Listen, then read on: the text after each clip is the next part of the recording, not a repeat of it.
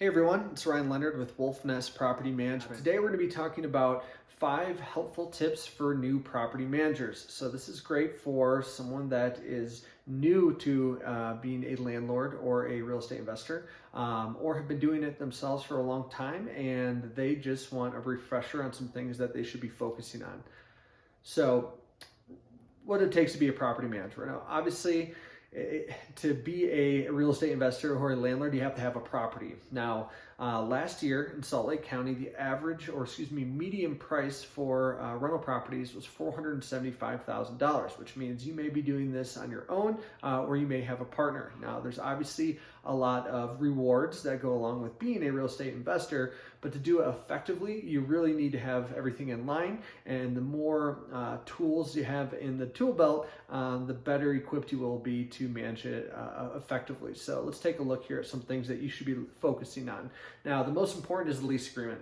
Bottom line, if you're going to spend money on anything, make sure that you have a lease agreement that is up to date with the newest or most up-to-date rules, regulations, local laws, whatever it may be. Your lease agreement should be thorough.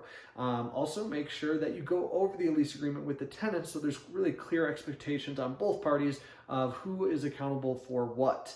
Now, again, if your lease agreement has expired, it's really going to default to either a month-to-month agreement, or unless specified in the lease, just plan on it being a month-to-month agreement. That's really the kind of the holdover policy is, okay, lease expires, it's now become a month-to-month agreement. But what you have in that agreement can really dictate certain things like month-to-month fee. Rent goes up X amount if it goes to month-to-month. So again, if you're going to spend money on anything and you're managing your property yourself, just make sure that you have really a concrete lease agreement that's going to protect you, the property. Next one is strict tenant selection. Now, one of the benefits of having such a low inventory in real estate is that good tenants are a dime a dozen right now.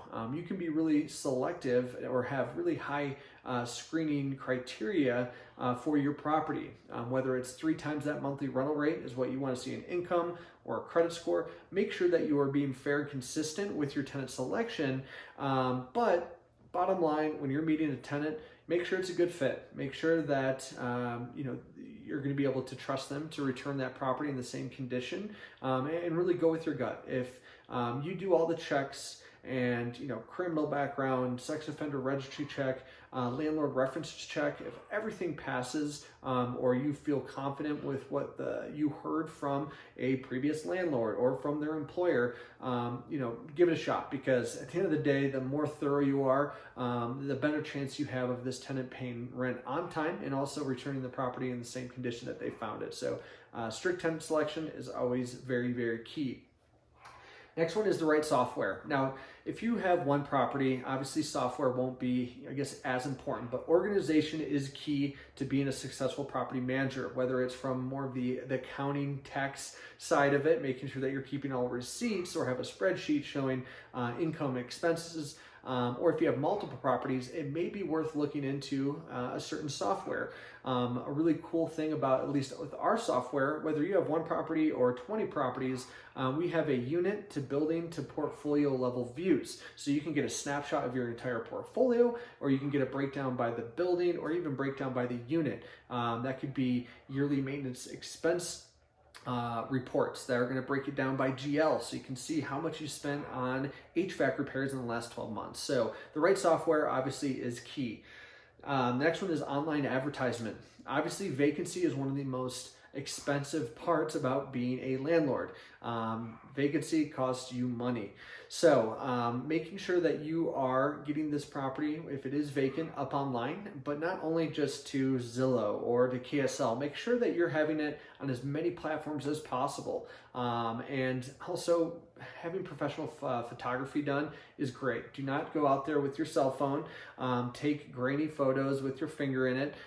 It's worth its money, or it's worth the money to spend on a professional photographer to get as many showings or walkthroughs, and hopefully as many applications, and really help minimize that vacancy. Because again, probably one of the most expensive parts about being a landlord is vacancy. Now, those are just some of the tips that we have for you. If you have any questions about a current vacancy or a new property that you just purchased and you want to get some input, I'd be happy to discuss some things that you should be focusing on as a new landlord. And obviously, my contact information is right here, email, phone number. Shoot me a call or a text. I'd be happy to discuss our services or at least your portfolio and give you some pointers on some things to focus on. All right, hope to hear from you soon. Thanks.